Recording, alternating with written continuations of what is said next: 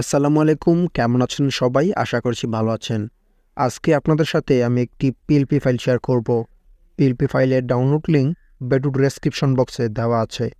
PLP ফাইলটি download করতে স্ক্রিনে দেওয়া এরকম মোট 4টি সংখ্যার পাসওয়ার্ড প্রয়োজন হবে।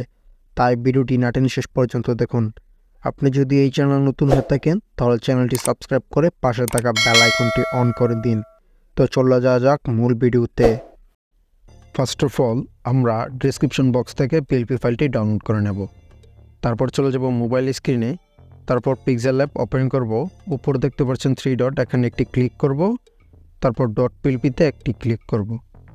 তারপর উপরে দেখতে পাচ্ছেন ডট পিএলপি, এখানে আরেকটি ক্লিক করব। তারপর কাঙ্ক্ষিত সেই পিএলপি ফাইলটি আমরা সিলেক্ট করব।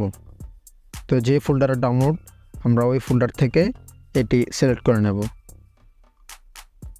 তো আমাদের দেখতে পাচ্ছেন এখানে 4টি পিএলপি ফাইল। তো আমার যে ফাইলটি ডাউনলোড করা এটা হলো 21শে ফেব্রুয়ারি। তো এটাকে আমি সিলেক্ট করে ওপেন অ্যান্ড অ্যাডে ক্লিক করে দেব। তাতে কি পার্মানেন্টলি অ্যাড হয়ে যাবে। তো যে কোনো টেক্সট এবং ছবি পরিবর্তন করতে উপরে দেখতে পারবেন লেয়ার আইকন একটি ক্লিক করবেন। তারপর এখান থেকে আপনি আনলক করবেন। তো এখান থেকে আমি আনলক করছি এবং ছবির লেয়ারটাও আমরা আনলক করছি। তো প্রথমে আমরা ছবিটা এডিট করে দেখাই, পরিবর্তন করে দেখাই। তো প্রথমে ছবিটার উপর একটা ক্লিক করবেন। তারপর মাঝের যে অপশানটা এখানে একটি ক্লিক করার পর এখানে দেখতে পারবেন রিসিলেক্টে একটি ক্লিক করবেন। তারপর সরাসরি আপনাদের গ্যালারিতে নিয়ে চলে যাবে। তো এখান থেকে আমি একটি ব্যাকগ্রাউন্ড রিমুভ ছবি দিয়ে দিব। কীভাবে ব্যাকগ্রাউন্ড রিমুভ করতে হয় তা নিয়ে আমার চ্যানেলে অলরেডি ভিডিও আছে, আপনারা ডেসক্রিপশন বক্স থেকে দেখে আসতে পারেন। এখানে আমরা এই ছবিটা সিলেক্ট করে নেব। তো এখানে আমরা ছবিটা ক্রপ করে নেব। তারপর টিক মার্কে একটা ক্লিক করলে ছবিটা এরকম আসবে। তো আমরা এটাকে জায়গা মতো বসিয়ে দেওয়ার জন্য এখানে দেখতে পাচ্ছেন শেপ, লেয়ার শেপটা এখান দিয়ে আমরা বড় করতে পারবো এবং ছোট করতে পারবো। তো দেখতে পাচ্ছেন আমাদের ছবিটা সুন্দরভাবে বসে গেছে। তারপর এখান থেকে আমরা এটাকে লক করে দেব। তারপর যে নামটা এটা আমরা এখান থেকে এডিট করব। তো এডিট করার জন্য ডবল ক্লিক করলেই হবে। তো নামটা লেখার পর এখান থেকে ওকে বাটনে ক্লিক করলে হয়ে যাবে।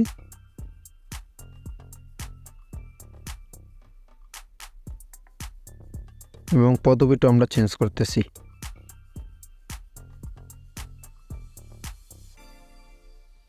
তো পদবি দেওয়ার পর আমরা ছবিটা সেভ করার জন্য উপরে দেখতে পারবেন মেমোরি আইকন, এখানে একটি ক্লিক করব। তারপর সেভ অ্যাজ ইমেজ এখানে একটি ক্লিক করার পর এখানে দেখতে পারবেন কাস্টম। তো আপনারা কাস্টমে একটি ক্লিক করে আলট্রাতে সিলেক্ট করে দেবেন। তো আলট্রা সিলেক্ট করার কারণ হলো আপনার ছবিটি হাই রেজুলেশনে অর্থাৎ এইচডিভাবে ডাউনলোড হবে 4K। তো আলট্রা সিলেক্ট করার পর এখান থেকে সেভ টু গ্যালারিতে ক্লিক করলে এটা অটোমেটিকলি সেভ হয়ে যাবে। তো এই ছিল আজকের ভিডিও, কেমন হলো জানান। পরবর্তীতে কী বিষয়ে ভিডিও চান তা অবশ্যই কমেন্ট বক্সে জানিয়ে দিবেন। আল্লাহ হাফেজ।